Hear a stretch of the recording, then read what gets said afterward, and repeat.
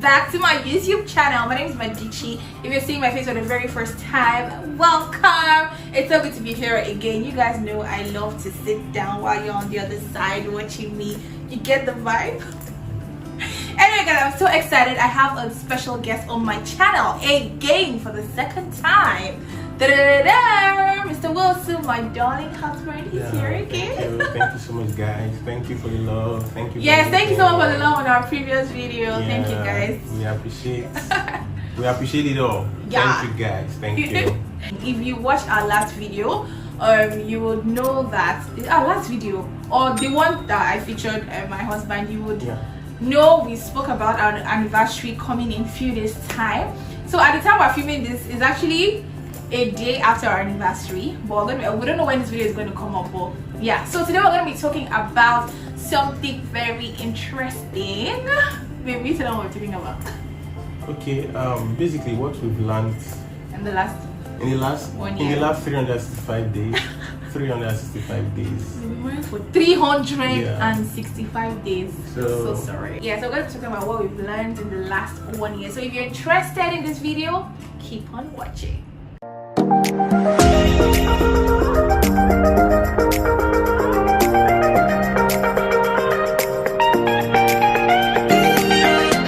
Okay guys, so before we start, I'd just like to say that whatever we're going to say is basically our own experience, our personal experience. It's not cast in stone. No two marriages are alike, so we're just basically sharing our experiences, challenges, what first year in marriage has taught us basically. So really, let's go first. You go first. Always go first. Okay, so for me, first thing I would say is marriage has taught me to die to self, like putting my partner before me. I think which is actually what I learned from my husband, because he's the I'm the one. I don't know, like my husband is someone who he puts others before himself, so I kind of learned that from him. Because I mean, while you're a single lady or guy, you feel like you have all time to yourself, you don't want any intrusion or all that. But when you are married, you have a partner, a lot of things are going to change. There are going to be times when you probably want to do something, but if your partner is not on the same page with you, you probably have to just forfeit it. Because I remember there has been times when we would probably have a conversation about something, and if I probably have an opinion, or her has a different opinion, if we don't agree, something would always go wrong. So I've always learned that in times like that, I would always, would always come to a compromise. But does it really apply to everything? Let's say you want to do something, right? And I do not agree with it. Do you always come to that point where you compromise because your partner doesn't agree to it? No. But then I'm saying that one of the things it has taught me to. I'm not there yet. I'm still a work in progress. No. I'm saying that dying to self, does it apply to every decision you want to make? And I do not agree with it. No, not necessarily. No, not necessarily. I'm talking about decisions that has to do with both of us, basically. Both of us. Okay. Yeah. In most cases, decisions that have to do with both of us. Okay. And also in terms of dying to self, there are times when I probably offend my partner or he offends me, and we're looking at okay, who will say sorry first, or who will talk to each other first. I noticed that times when it escalates, like probably we have an issue today and we leave it till the next day, or we tends to cause a lot of conflict. So I've decided either settle it that day, regardless of whoever is at fault. It's not easy. I mean, ego. Actually, let's talk about ego. Is really, really something. A lot of times people feel like it's just the guy that has the ego. No, even the lady has an ego.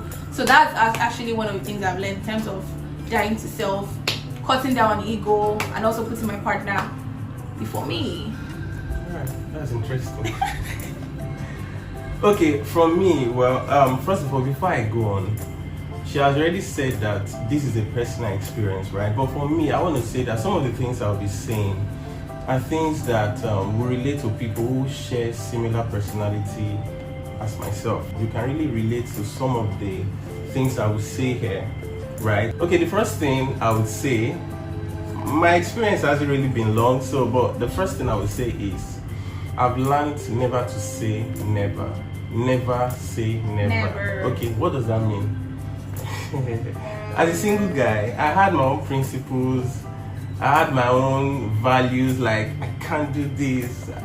No, not me. Like, several things, several boundaries I've set for myself that I won't do. Like, I would have vowed never to do some things, right, when I was single. But now marriage, marriage is a whole new world. Not like I've lost myself, but there are things that I see myself do now that I probably wouldn't have believed I would do them 3 years ago, 4 years ago, right? Babe, you remember vividly when we were dating? Okay, let me take this light example. When we were dating, we had several issues, serious issues, simply because she wanted to feature me in her Snapchat videos. And thank God, it was a big issue. I'll be like, I don't want to be part of this. Do you know we're scheduling times for you to feature me in your Snapchat? I couldn't understand why somebody, any little thing, you want to carry your camera and Kilo, what's the problem? Like, I'm sometimes I could be uptight, you know, but I like my privacy. Oh my God, my privacy. Oh God, give me privacy and we are good. But this babe right here, every little thing, you are lying down, camera. So we had series of issues. But today, here I am, featuring the YouTube. Like, who would have thought? So basically, and several other things that I do now that looking back, I wouldn't have thought I would do them. So never say never. Never go into marriage with the mind that everything I am is going to remain till death do us part, till Christ comes. Unless you do not really want to have a peaceful marital life. That's my first point. Okay. Never say never. Never say never, because I remember while we're dating, like, we'd always have issues. My love language is actually quality time, but my husband loves his space. So you can imagine how it was. Like, there are times to be like, you know what, I just want to be alone, don't come over. I'm like, what is it? I'm your girlfriend. But now in marriage, he has really adjusted. You know that even when you're playing, there are times he just wants to play FIFA and I want to be with him. Most times he just, abandons it and comes to me. But I'm also very understanding. There are times that, okay, I'll just be like, you know what, have your time and all that. So it's basically about understanding. Yeah. Okay, so the second point for me would be tolerance. Oh God. You guys, marriage will test you. Marriage will test your patience. Like, marriage will really, really test you. Like, a lot of time we feel like you know your partner, we feel like we know our partners, but marriage would open a whole new avenue to know, okay, this is really, really the person I got married to.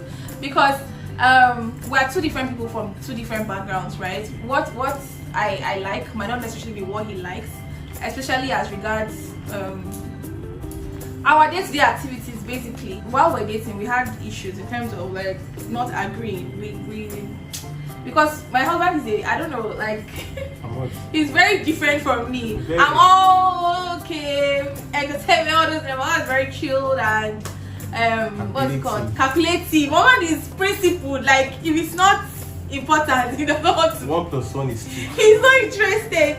Yes. So I really learned how to tolerate. Mama also tolerates me. Like, I'm someone who I'll just probably come back and just drop my things anyway. Then when I'm fully ready, when I'm rested, and I'll start. But other is, if you come back, put it here. Yeah. Let it be here. He's an organized person. And when I'm like, I am tired, I want to rest. Doesn't mean I won't go back to it. I don't understand. Well, it's fine.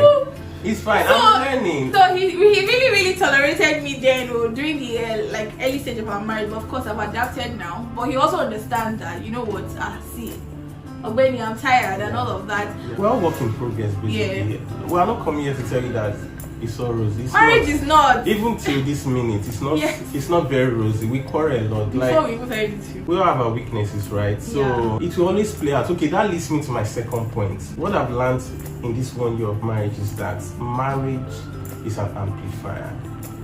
Marriage is an amplifier. What does that mean? Marriage expands everything about you. If, for instance, you were short-tempered while you were a single person, trust me, it will be double, like triple, possibly even exponential increase when you get to marriage. Because I mean, there will be a lot of scenarios that would want to bring out that thing in you, and you'll be like, okay, I stayed with my family members, I stayed with my sisters and brothers, I really didn't exhibit those things. Trust me, it's different. Why is it different? Because those were your siblings, you guys all grew up together. But now you're living with somebody who is totally, I mean, there are some couples who have very, very, very similar personalities. But myself and this babe right here, oh my God, we are two very, very different persons. So it's really been challenging for me to tolerate, basically. That's just the truth. That's why I said marriage would amplify you. It would bring out everything that is in you, the good, the bad, whatever. It will bring it out. And if not just bring it out, it will bring it out in a measure that you've never seen in your life. In fact, there are some things you would see in marriage. You'd be like, is this me? Like, could I have done this? Why have I not exhibited this before now? Why now? That's marriage for you. Two different persons coming together. So it takes a lot of shaping, it takes a lot of fighting, friction and all of that for it to be smooth. And I think we're at that phase. That's why 1 year in marriage is worth celebrating. Yeah. It's really worth celebrating, trust me. So another thing I'll say is love is not enough, but friendship is.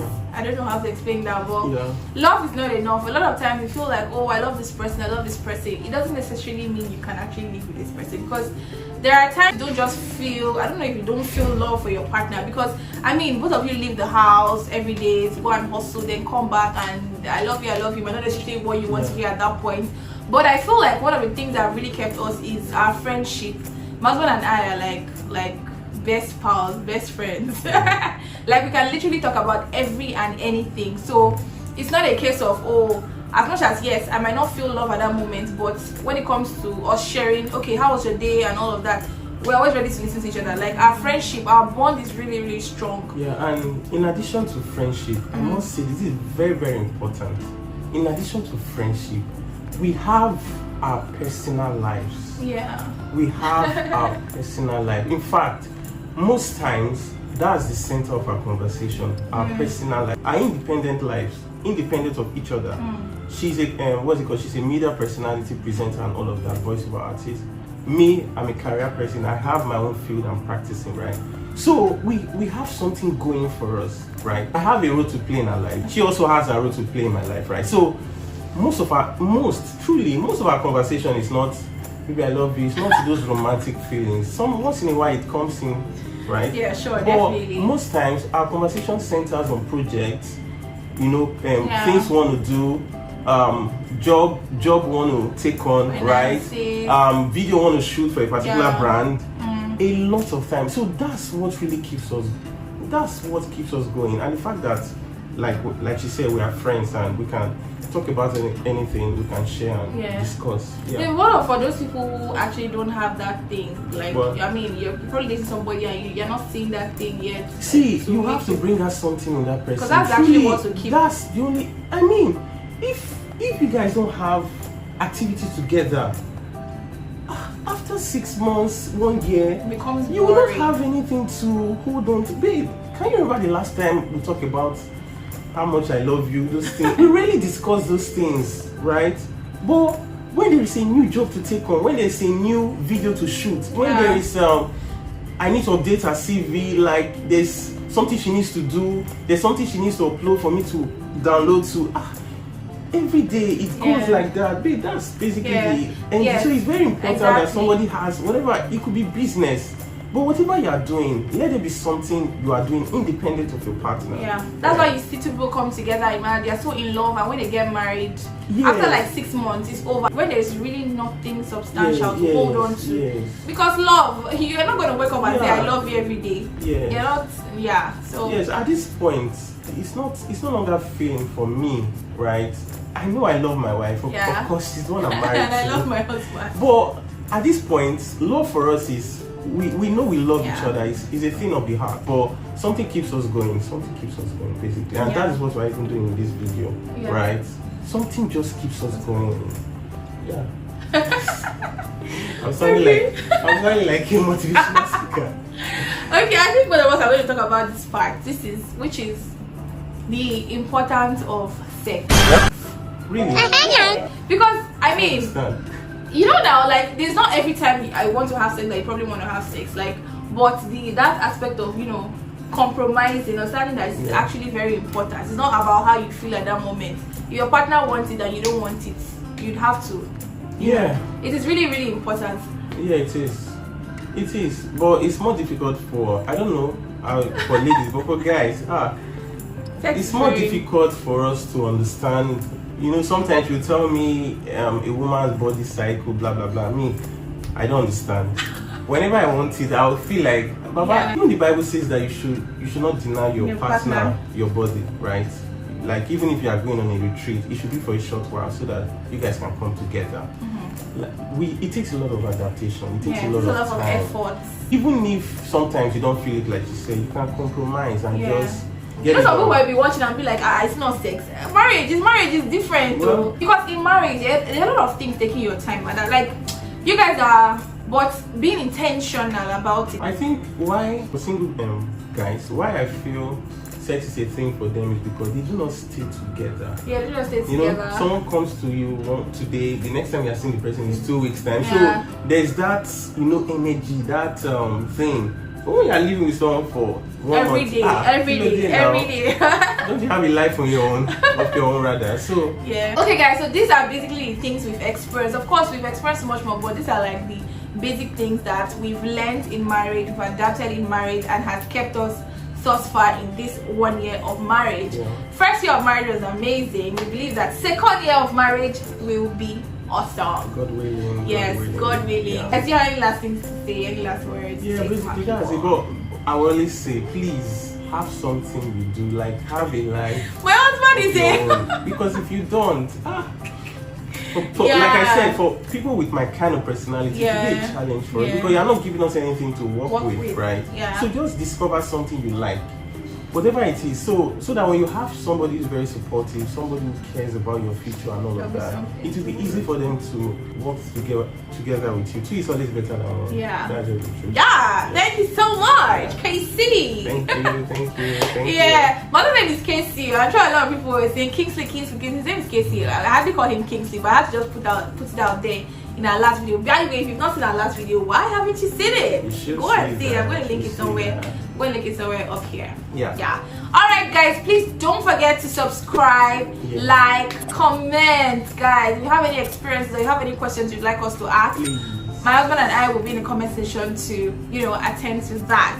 Alright guys, thank you so much. If you've not watched my previous videos, please kindly do so. Turn on post notification bell so that whenever I post a new video, you will be notified. You'll be the first to be notified. Until next time, thank you so much. If you enjoyed this video, please kindly let us know. Until next time.